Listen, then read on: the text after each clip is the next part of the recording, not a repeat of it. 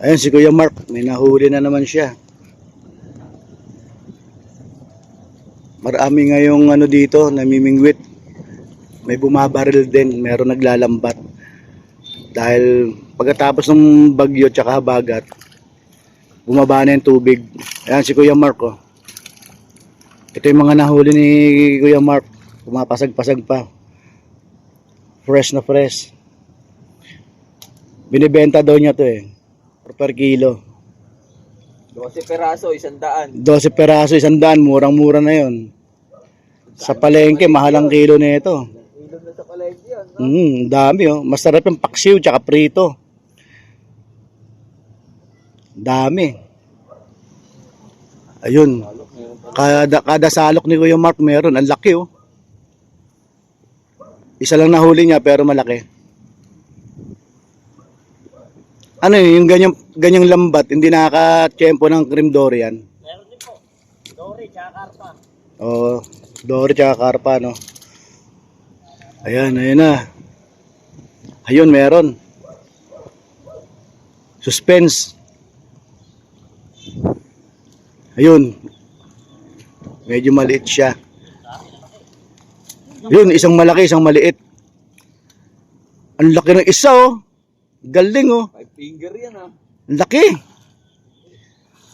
Ayan ang pinakamalaki. Plapla yan, tilapia. Plapla. Ako di ko alam yung pagkakaiba ng tilapia at plapla eh. Galing. Laki. May pang-ulam na, may pang-benta pa si Kuya Mark. Tilapia. Iyon tilapia, yung isa plapla, yung malaki plapla. Yung malaki, plapla. Ano pinagkaiba niyan, Kuya? Mas malaki. Hindi, yung itsura nila. Malaki, kuya. Ayos lang. Paras lang, pag lumaki tilapia, plapla tawag.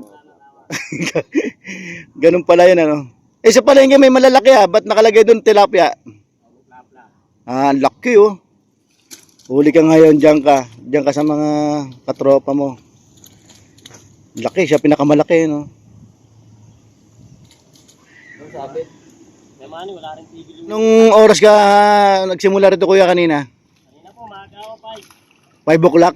Kaya pala marami ng huli, 5 o'clock eh, no. Nakabenta na kanina. Nakabenta na daw Kuya, kanina si Kuya Mark. Sa ako. Isang sako, magkano na nabili sa'yo? 100 po. 600? Ang galing. Bibenta din nila yun. Ito, kaibigan ni Kuya, Mark. Dalawang sako. Kuya, ano pangalan mo? Shout, Brile. Bryle. Oh, shout out ka sa mga ano mo, Shoutout po. sa misis mo, sa tropa. Ay, misis naman ni ano, ni Kuya Mark. Ay, ate. Binabantayan si Kuya Mark. Baka makahuli ng sirena eh. Inabangan ni ate, baka mamaya may mahuli sirena si Kuya, hindi na makauwi eh. Dito, pila-pila yung mga nanguhuli rito. Ayan, pila-pila sila. Ito karamihan dito, mga bingwit lang ang gamit nila. Bingwit lang sila. Ayan. Puro bingwit lang yan.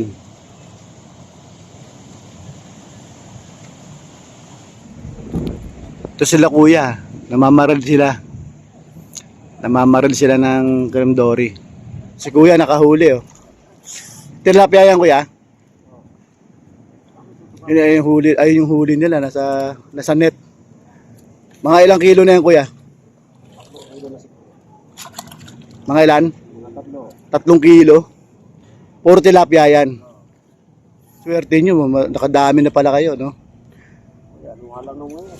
Ilan na huli mo tayo? 5 peraso. Tilapia yan. Madala ngayon. Ito yung huli ni tatay, oh. 5 perasong tilapia. Medyo madalang daw eh. Yan. 5 perasong tilapia. Pwede ng pang-ulam nila tatay yan.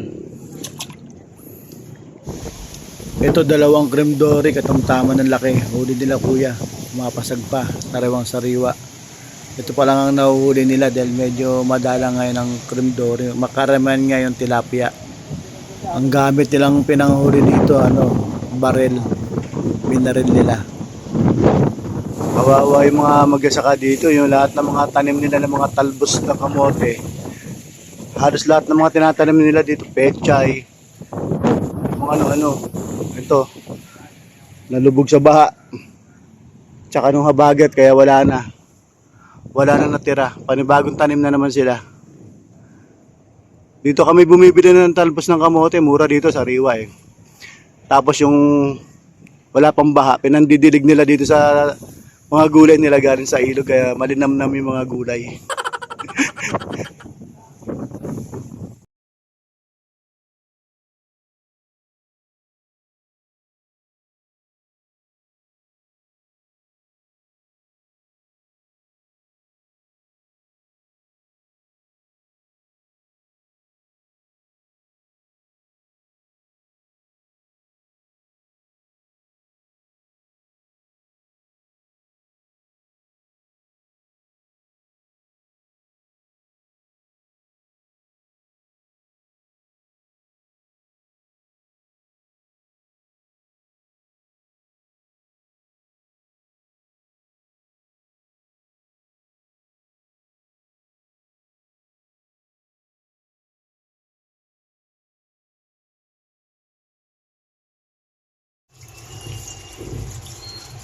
Kanina bumili ako ng tilapia doon sa nahuli ni Kuya Mark.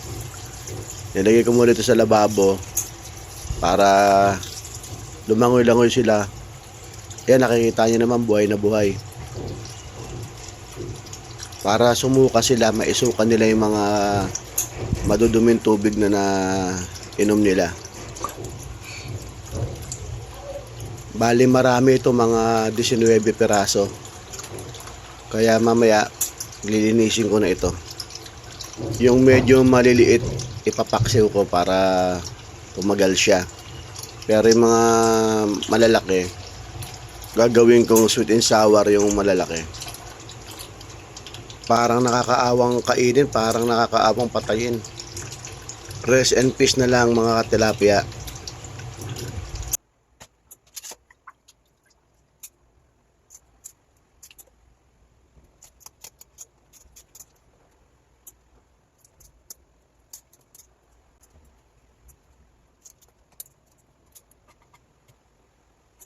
Kawawa naman, humihinga pa. Ayan, humihinga pa oh.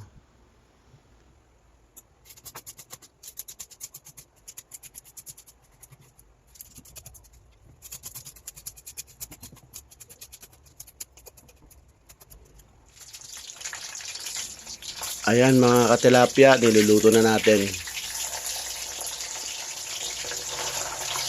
Yung iba naman ipapaksyo natin yung medyo maliliit para maiba naman yung luto. Ito gagawin ko itong sweet and sour tilapia. Ayan guys, luto na. Merong paksiw, yung medyo maliliit. Ito namang medyo malalaki, ginawa kong prito pero gagawin kong sweet and sour yan. Arat na, kain na tayo.